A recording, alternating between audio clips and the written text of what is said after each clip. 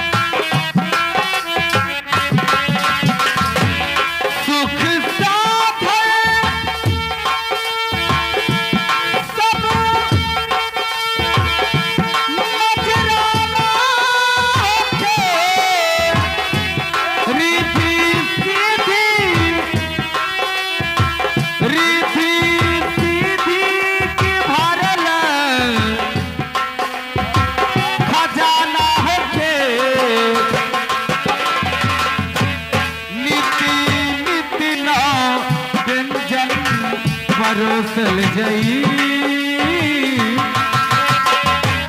नीति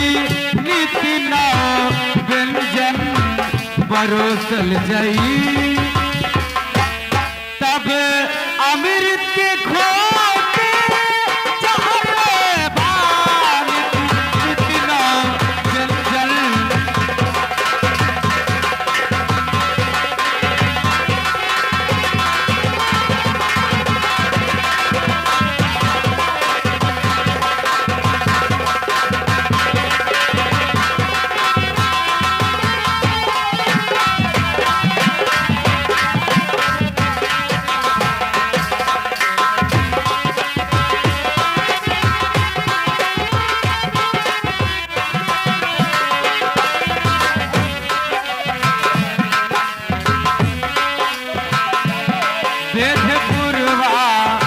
पलंग पे सुहागिन होके चांदी कुसुम की जैसे नागिन होके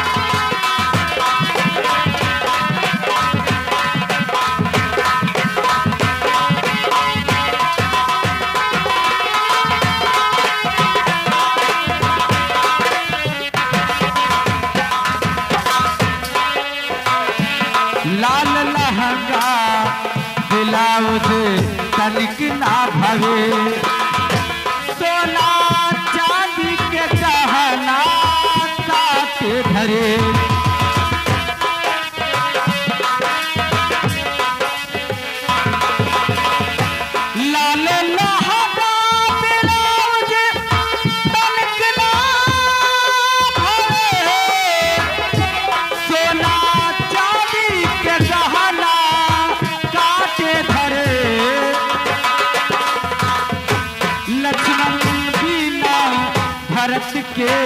बढ़े बेदला लक्ष्मण बीना भरत के बढ़े बेदला ओ कर गजरा के हार में कर रे बाप